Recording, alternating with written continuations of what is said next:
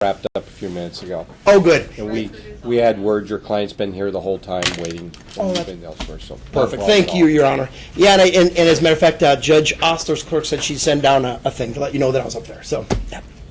All right. All right. Item number 25 on the criminal docket is Gregory Gordon. And, Your Honor, I can give brief indication to the court. We have had an opportunity to review what Mr. Gordon is being charged with. We are comfortable at this time, Your Honor, pleading not guilty to the charge. Indicate to the court, and we have already filed a notice of appearance, but indicate to the court, again, that we will be, that we are formally retained and will be representing Mr. Gordon in this matter. Waive a formal reading and ask the court to please set a trial date in the normal course. Okay, Mr. Gordon, based on what Mr. McMullen's outlining here, I'm going to enter not guilty plea for you to the charge of assault of a child, 3rd degree. And we will set this for trial. Okay. It's the latest one within the judge's schedule is the 20th of April. It's only 68 days elapsed. Your Honor, Your Judge Gregerson, Department 2. Okay. The only problem I see with that date, and I don't know if council has something additional to add, is that the assigned DPA is unavailable on April 21st. I assume that this is not going to be a one-day trial. No, it would absolutely not. And I'm not meaning to suggest you need to. We can figure out something. The next date is 96 days elapsed, which would require a waiver, of course. Sure, Your Honor. We can certainly, if it's okay with the court, we can certainly execute a quick waiver, Your Honor, for the 96-day setting. Mr. Gordon, what we're talking about is you have the right to have the trial set within 90 days of today's date. So I have to set it what we'd call kind of a quick setting, which gives your attorney less time and you to prepare and such. Or I can set it outside the 90 days to 96 days, so it'd be 6 days further than we're allowed to unless you agree. And by me saying that, I'm not trying to imply you have to agree, you should agree, because you don't have to and such at all.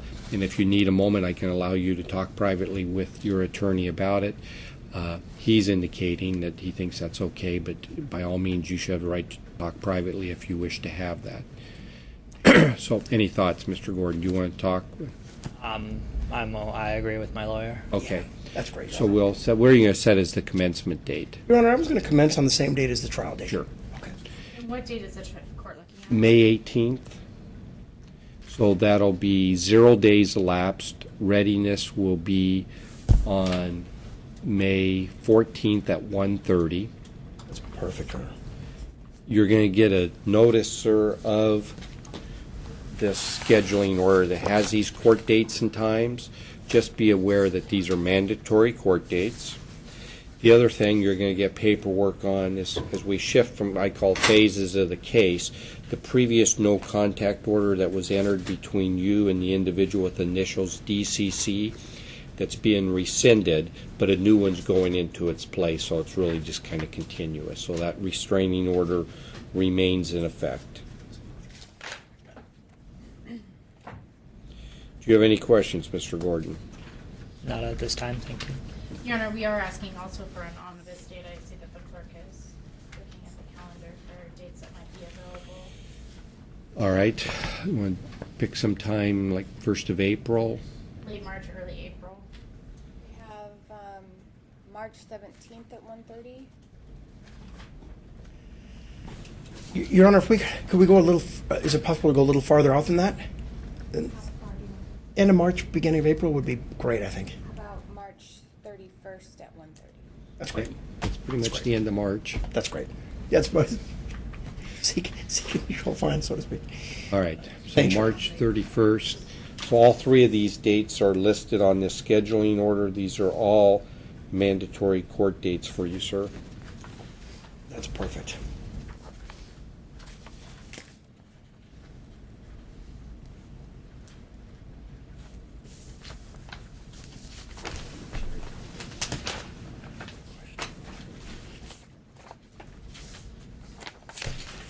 Your Honor, I was going to ask one other very brief housekeeping matter.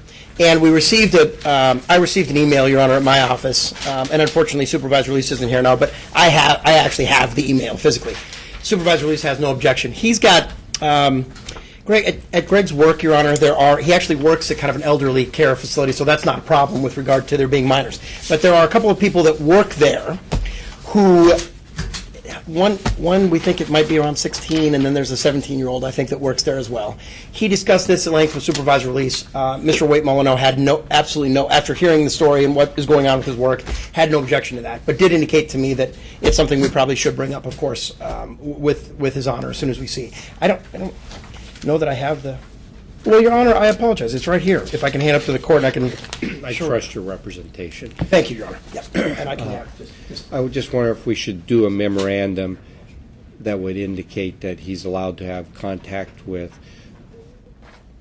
older children at work. That's great, Your Honor. And that's, I think, what they suggest too, is what it actually says is, no objection from SR on modifying that condition for employment purposes only. That's all we need, Your Honor. That's perfect.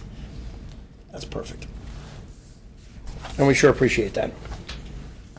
Okay.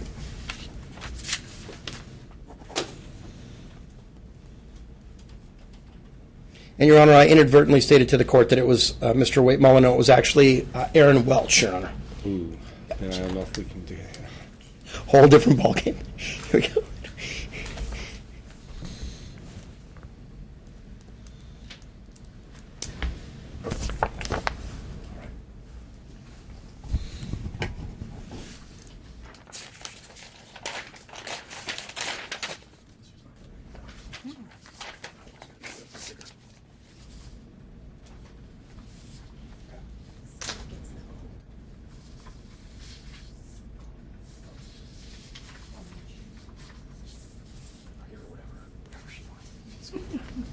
Never ask questions.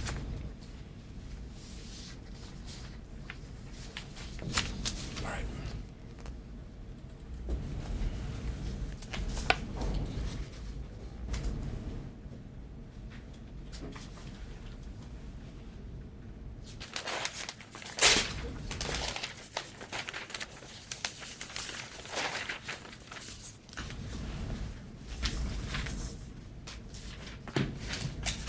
Perfect. Okay.